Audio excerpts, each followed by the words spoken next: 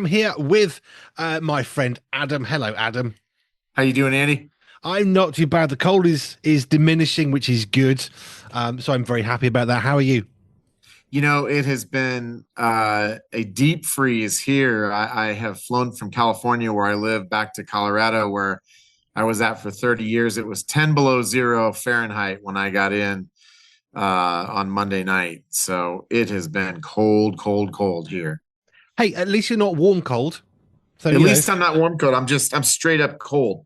Yeah, it's exactly. easier to process, isn't it? It's always something. Cool.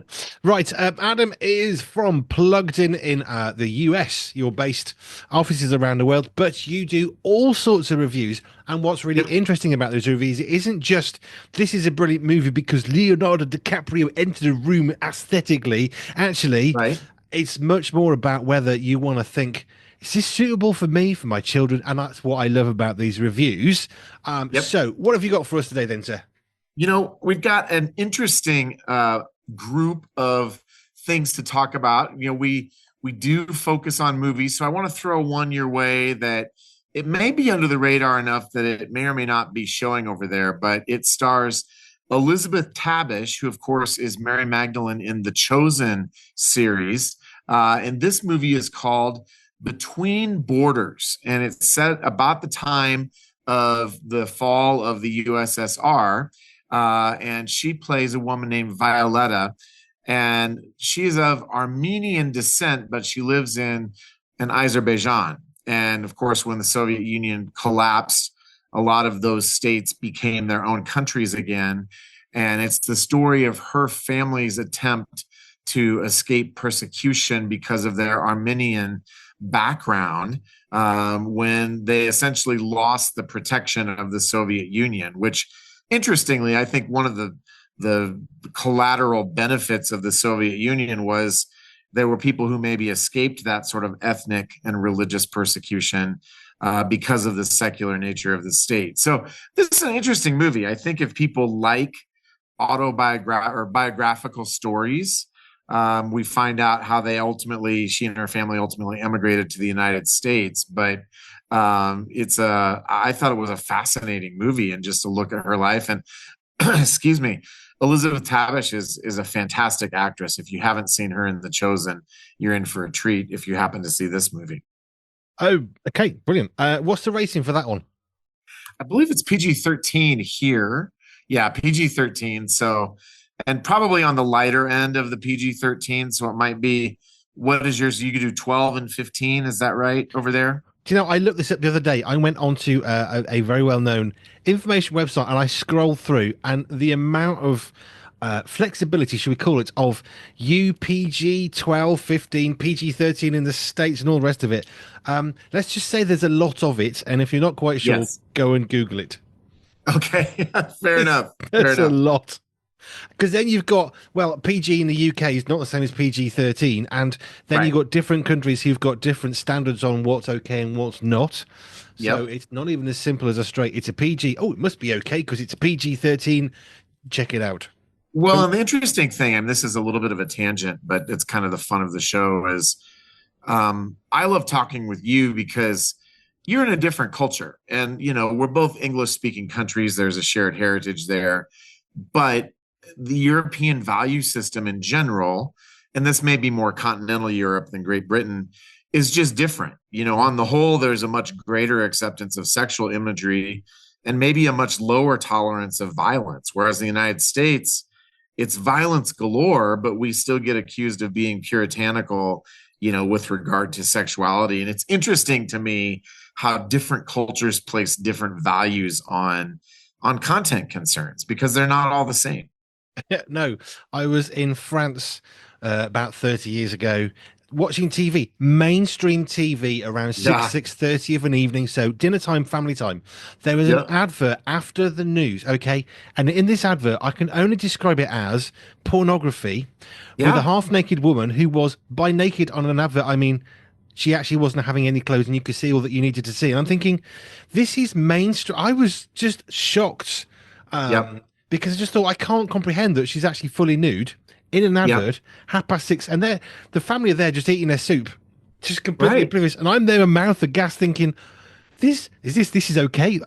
Did I miss when this became okay? Right. And it could be that the British sensibilities are still more in line maybe with American stuff, I would think so. with regard to that issue. I don't think that you guys have fully nude advertisements over there just No. yet, but Germany and France and, so much of continental Europe, it's just, there are different concerns. And I think one of the things that we try to do at Plugged In is we let you know about it. And I think trying to dig into things from a biblical worldview in terms of why should you be concerned about sexual content? Why should you be concerned about violence that maybe desensitizes our souls in different ways? So those are the kind of issues that we talk about in our reviews, among other things. Which is what we like about Plugged In, because you're not doing, as I said, the normal standard movie review or CD review. Or what you're saying is, look, this is the content in it which you might need to consider if you've got Yep. younger children or someone who's Yep. got a particular sensitivity. We see it, don't we? If there's a film, I don't know, trying to think of one. They've all gone out of my head. Julie Roberts, where she was a DV victim.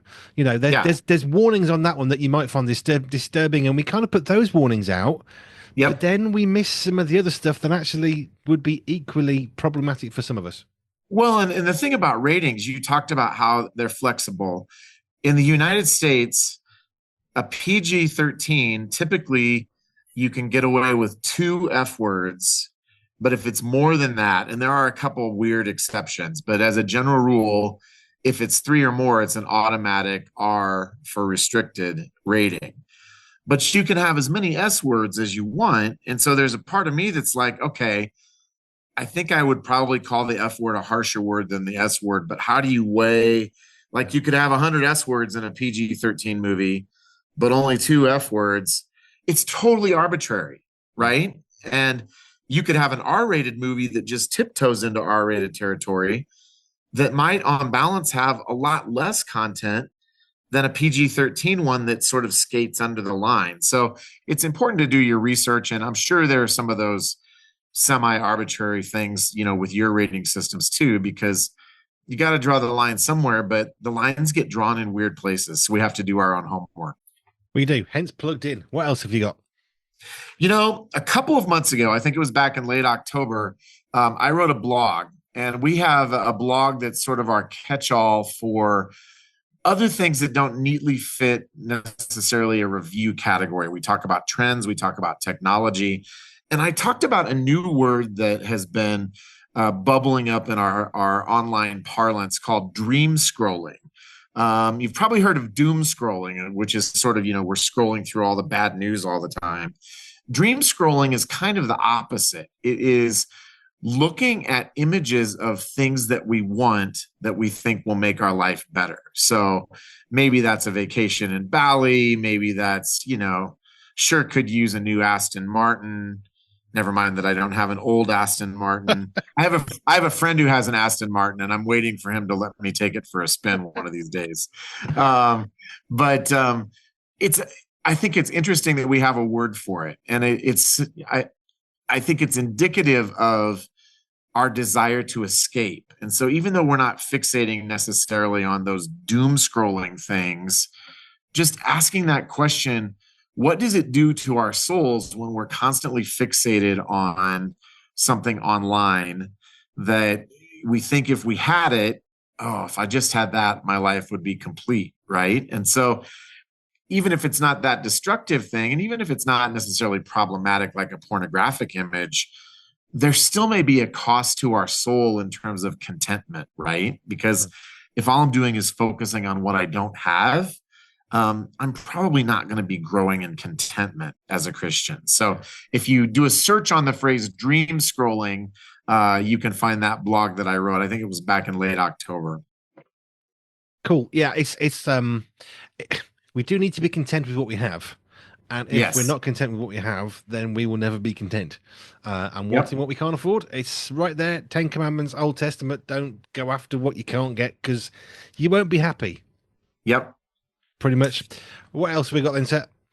Well, we review YouTube channels, and obviously with YouTube, you can't necessarily cover everything. But a couple weeks ago, we talked about the YouTube channel How Ridiculous. And this is actually feeling familiar to me. Did we talk about this last week Yeah, yeah, by yeah. chance? Yeah, Did you did. we? Yeah. Okay, well, let's do something totally different then. Okay. Um, See, my mind gets in a rut, and there it goes. I will go in a totally different direction if you want to just pitch that to me again. Go for it. What's next then, sir? There's a show, and it is over on, I believe, Apple TV Plus that has been getting a lot of buzz. And that show is called Severance. Have you heard about this show? No, I haven't. So this is a TVMA, and of course, we have a totally different rating system for television Of course. to further muddy the waters. And in the United States, another fun fact on rating, with movies, it's an independent rating board. With television shows, it's self-rated, which you can see why people are maybe motivated to blur the boundaries a little bit. Yeah. So important to know. This is a show that stars actor Adam Scott, and it's an interesting premise. It's a sci-fi show that this guy works at this company that they essentially split somebody's at work personality from their going home personality. And it's sort of a security measure so that when they're at home, they don't remember anything about their work life. And when they're at work, they don't remember anything about their life outside of work. And you can imagine how that would create conundrums. And it kind of has it's not Blade Runner, but it sort of has that feel of this, dystopian. What do we do with all of the problems that this creates? It's in its second season. It's M-rated. There's a fair bit of language. The sexual stuff, at least so far, is more suggestive than really just outright explicit. But it really is playing with identity, right? And one of the guys has lost his wife, and when he's not working, he just thinks about having lost his wife all the time. And so he signs up for this because he's like, well, at least at work, if I do this, I won't remember how much I'm mourning my wife when I'm not at work. So it's an interesting show. It's a rather disturbing show. But that one is streaming on Apple TV Plus. It's an interesting one, though, isn't it? Because we do try and, as a rule, we have our work personality and our home personality. Yep. I think that's definitely changed in the last 20 years.